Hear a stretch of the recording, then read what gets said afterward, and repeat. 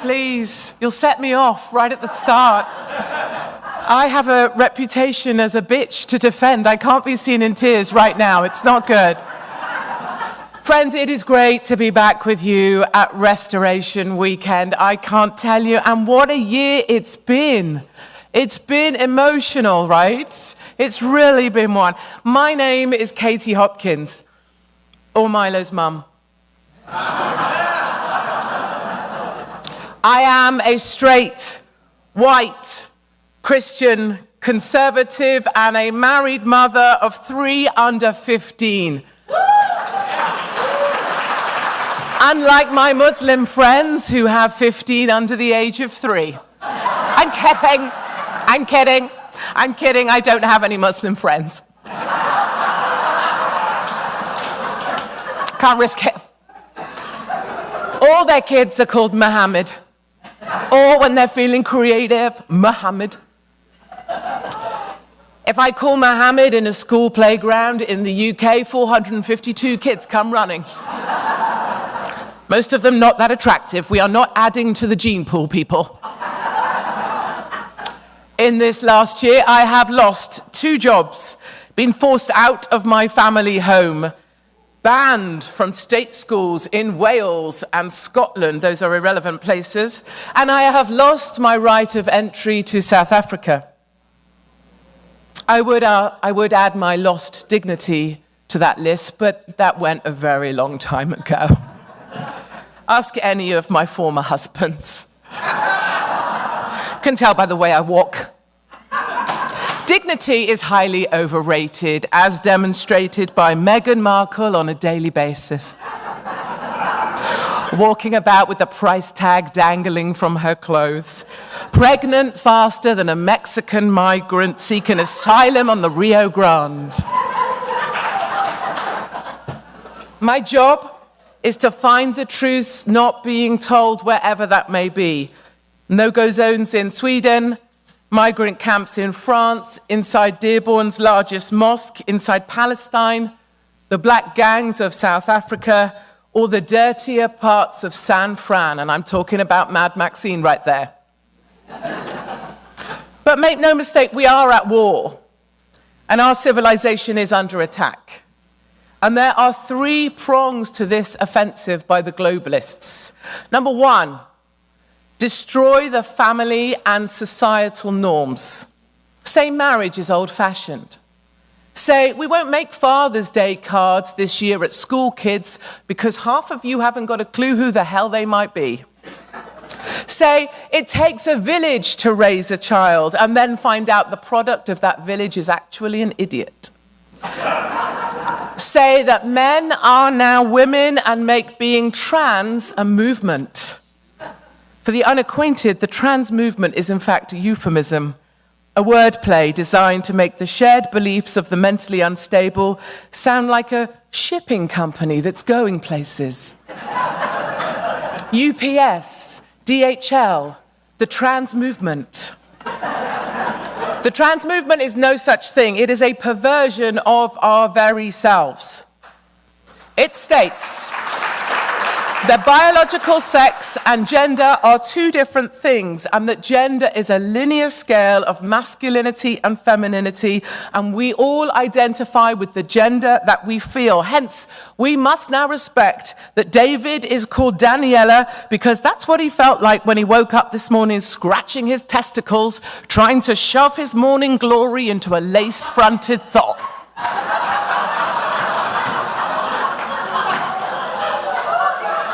Too much? Too much. Pull it back. Too rude for America. Too rude for America.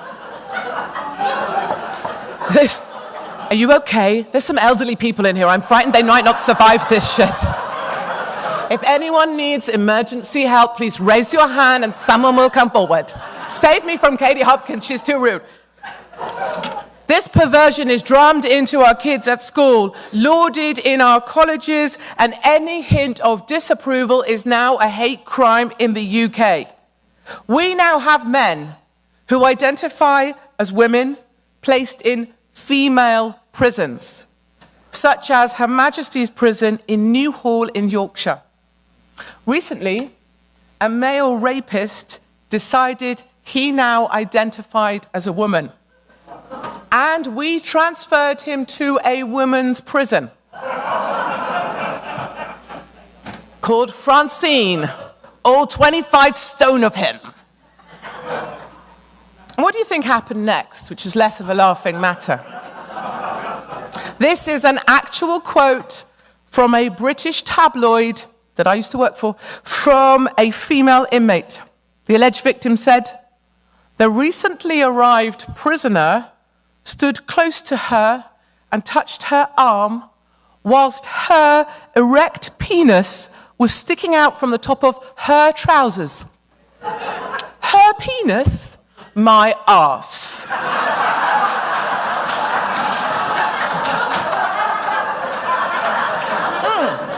Oh, where did I leave my penis this morning? I can't find it for the life of me, and I have looked everywhere.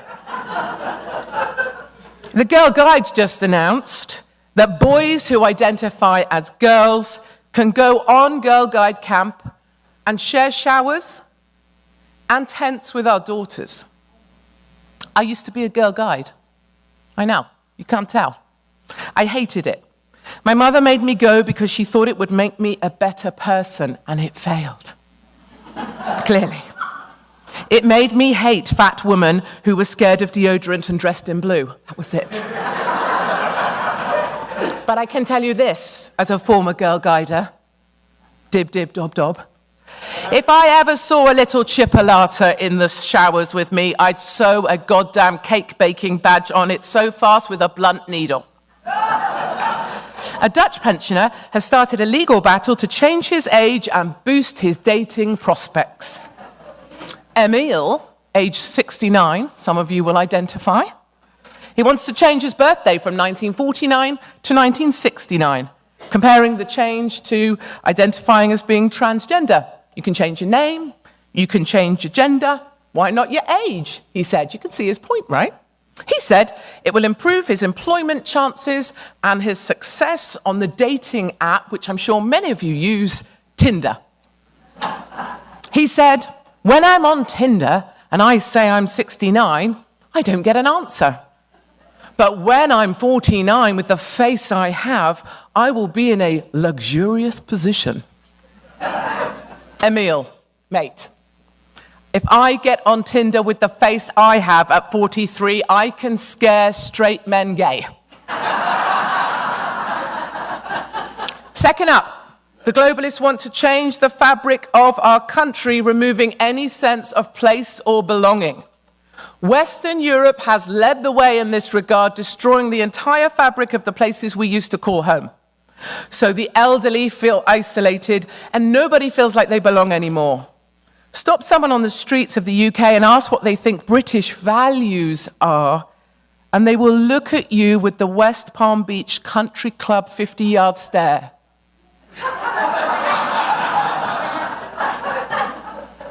In the UK, the combined population of all ethnic minority groups will exceed the white population of Britain in less than 40 years.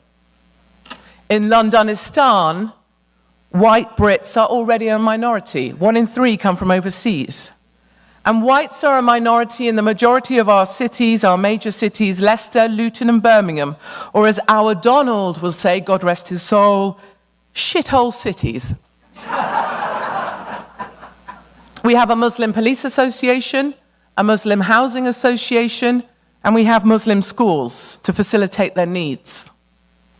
These are densely packed populations, living in isolation from our own Western culture, from your American culture. And they have a very important role to play in the fall of our countries. They vote according to religion. Look at the power wielded by Sadiq Khan, our nipple-height Muslim mayor of London. He is about as useful as tits on a nun. And I'm a convent girl. I know. But securing his position because of his religion and the high-density Muslim population in the boroughs of London well rewarded for their political loyalty, he knows he will stay in power. He threw them all an Eid party. Eid is the end of Ramadan, yeah? He threw them an Eid party in the heart of London in Trafalgar Square. I don't know if any of you saw, please do watch Theresa May's Eid video. Did you see? She looked like she was being taken hostage by ISIS. Thank you to all of the British Muslims. Thank you for everything you do for us. It was a hostage video through and through. I was like, Theresa May, blink twice if you need saving. Of course, I went to the Eid party at Trafalgar Square just to, spoil their fun, remind them I was there. But once you tell this crowd that Allah wants you to vote for Omar, succession is all but guaranteed. I watched Ilhan Omar win Minnesota's 5th congressional district with a heavy heart. Didn't she marry her brother? Like, interbreeding is how we ended up with Chelsea Clinton, guys. You'd think we'd learn. The first Muslim woman to serve in the US Congress, replacing the first Muslim man to serve in Congress, Keith Ellison. Power is passed from Muslim to Muslim, regardless of their policies, because they have a guaranteed tenure, insulated against competition because religion is everything to these people. Rashida Tlaib won Michigan's 13th congressional district for precisely the same reason. Rashida was born in Detroit, Michigan, to working-class Palestinian immigrants. And whose flag do you think she waved when her victory was announced? Why do we still act surprised when anti-Semitism is being hardwired into our Western and American cultures? Belgium is the end point of all of this. And no one wants to be Belgium. Not even Belgium wants to be Belgium. In fact, 60% of Belgian people wish they were born somewhere else or not at all. They're even further down the road to the fiery pit of hell than the UK. They have an actual party called the Islam Party, which has 2 elective representatives in 2012 and fielded 28 candidates in 2018. Their policies are segregated transport, mandatory headscarves for women, and halal food. This is Belgium, as in Europe, as in Brussels, as in the EU, as in suit-wearing Angela Merkel. I could murder both my parents in the middle of the night, eat their livers for breakfast, and still be back in Brussels wearing a pantsuit at 7 a.m. to discuss agricultural policy because I'm that autistic. Anyhow, I'm not a fan. Inside Belgium is the municipality called Molenbeek. You may have heard of it. So-called jihadi capital of Europe. It's only 3 square miles wide, long. Like, that's 2 laps of the breakers. And it's home to less than 100,000 people. That's like the south wing of the breakers. But in Molenbeek, most people are called Mohammed. And yet it has 22 mosques in a 3 square mile area. As the Belgian Prime Minister rightly points out, almost every time there's a terror attack, there is a link with Molenbeek. And it's true. The November 2015 Paris attacks, the bombings at Brussels airport and the city's metro station, the weapons used in the Charlie Hebdo attack, the jihadi attack on the Amsterdam to Paris high-speed train, all linked to that 3 mile square area in Belgium. So it was only natural that I should go. I wanted to know what the hell was going on, and I tracked down the mayor, a female, a non-Muslim.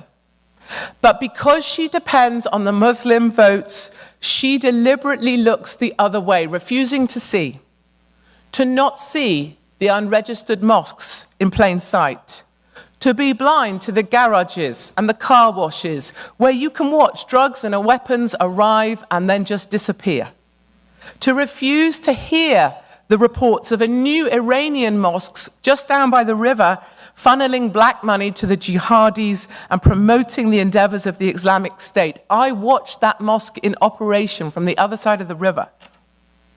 In October 2015, the mayor was given a list of 80 ISIS terrorists in Molenbeek that were planning an attack. She was given their addresses. She was told an attack was imminent. 1 month later, 130 people were slaughtered on the streets of Paris. 90 at the Bataclan alone. Do you remember those pictures of the Bataclan? And those victims were mutilated on the ground where they lay. And the main perpetrator of that attack came from Molenbeek and returned to Molenbeek to be hidden by the community that supported his endeavors and the progressives there who didn't want to be the ones to tell the police. I spoke to an emeritus professor. I have him on tape. He told me he didn't want to admit that the man behind the Bataclan killings was someone he knew, a face he recognized, because he didn't want to destroy his institution's relationship with the community and his access to funding. I went to that mayor, Francois Shepman, and I said, you knew, and you did nothing. You could have stopped them, and you did nothing. And you know what she said? She said, it's not my job. And I wept with rage right there on the street. But you see, this is what happens when you have political power and you need the votes of Muslims who hate your culture, who seek to destroy the country you know, and whose true ambition is the Islamic takeover of your country. These so-called leaders are complicit in our fall. My report from Molenbeek was featured on Fox News, thanks to Tucker. And in retaliation, the mayor said she was suing me for defamation, defaming the jihadi capital of Europe. I mean, that's hard. That's like trying to defame Brenda Snipes. Like, it's almost impossible right now. Third up, they screw with our democracy. If it weren't enough to mess with the family unit and flood a country with foreigners, our democracy is under attack. We are losing faith in our democracy, and with that, our social contract, where we submit to the authority of a leader or the decision of the majority in exchange for protection of our remaining freedoms and rights, such that they are. According to Rousseau, fail to deliver the will of the people, and citizens can withdraw their obligation to obey, or change the leadership through elections, or by other means, including, where necessary, violence. In Britain, it's been brutal. Give people a referendum on the EU, tell them to vote leave or remain, send a leaflet through every home, every door in the country, and say on that leaflet, I still have it, we will implement whatever you decide, and then don't. Spend 2 long years launching every attack dog the establishment has in its armory at the Brexiteers, and then produce a deal that sucks harder than Nancy Pelosi without her dentures. That's pretty sucky. And so that deal will be rejected, and then all roads lead back to Remain. Close to 18 million people in Brexit, brave Brexiteers who dared to dream, nearly a third of the electorate told your vote doesn't count, that we should vote again because we got the answer wrong. Or here in America, unbelievably to an outsider, count a vote, but then find a reason to count it again, or find some more votes, or say there was something about a paperclip, or that the machines broke down, or have someone retract their concession speech to really mess with voters' minds. Nearly 3,000 votes disappeared during the machine recount of Florida's midterm races. I mean, I understand. It happens at home with my washing machine, with my children's socks. I put them in, and nothing comes out. I mean, it's equally serious where I come from. My kids need to be able to walk.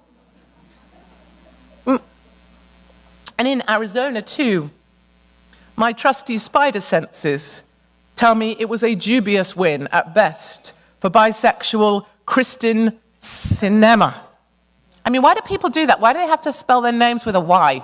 Kristen. Are you Kristen? No, I'm Kristen Sinema. I mean, I guess it's a swing state, and maybe it's just great sexually to also swing either way. Your Republican candidate, who I look forward to meeting in a dark corridor one day, gave her concession speech while hugging her golden retriever and knitting her own yogurt so that people would say she was a nice person.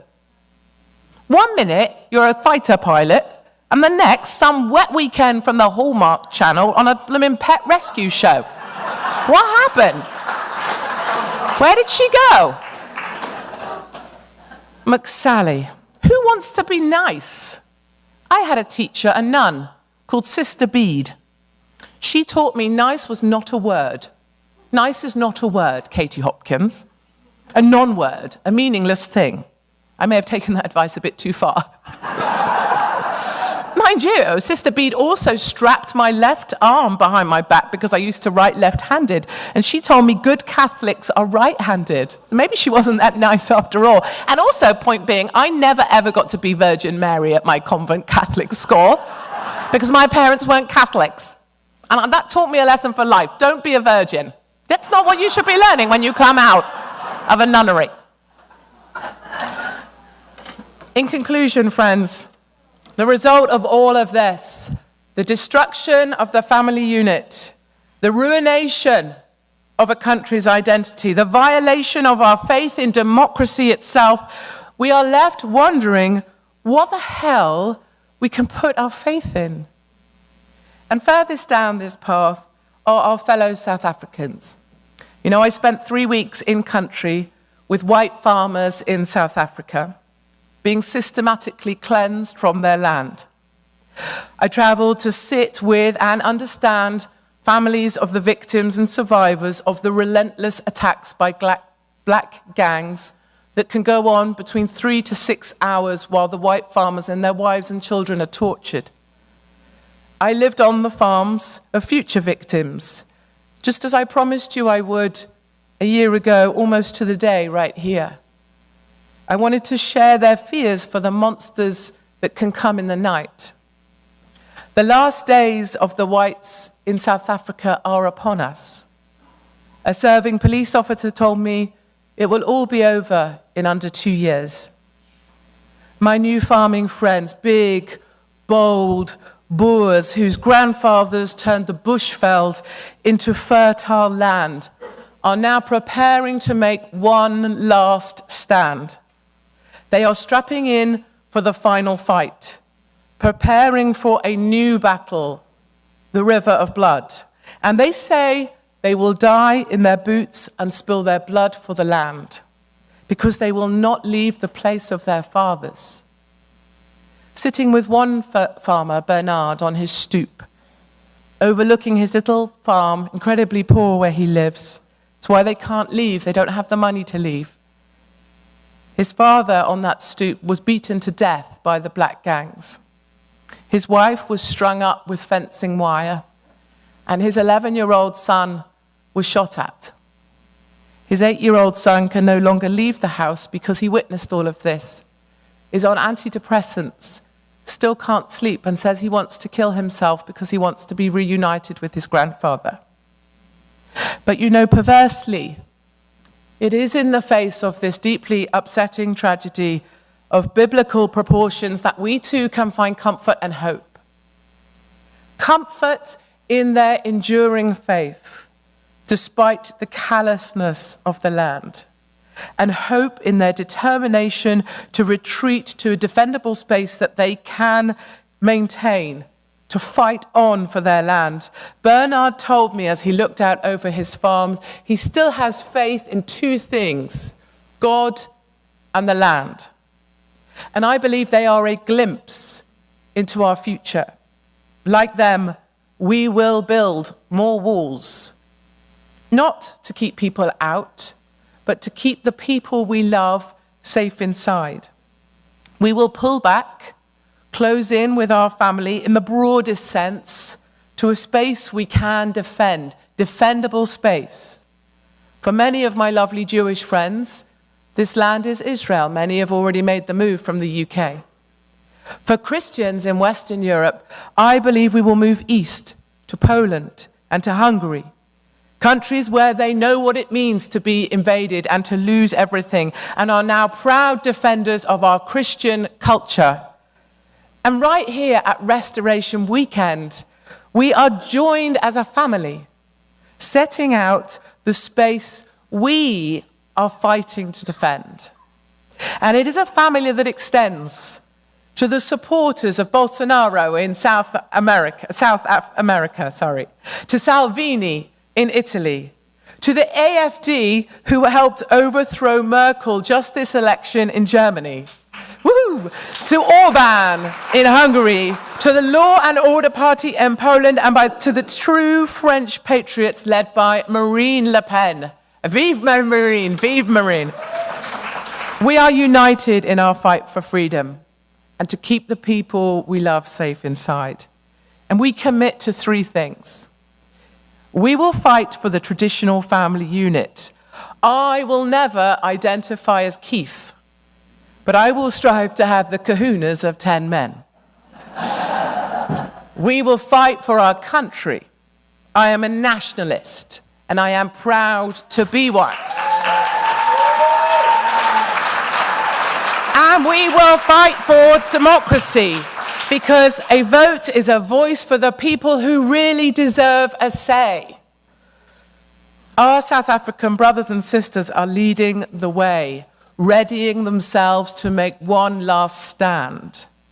Together, we can do this. We promise we will keep the faith in God and in the land. Thank you very much indeed.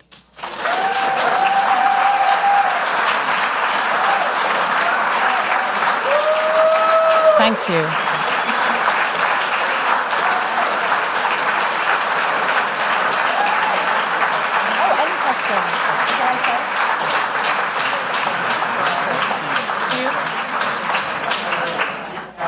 Time for one question. So let's start the debate. I can stay after as well to answer questions.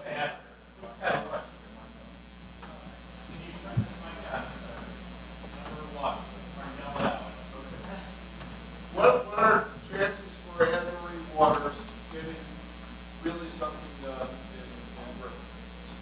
in Britain?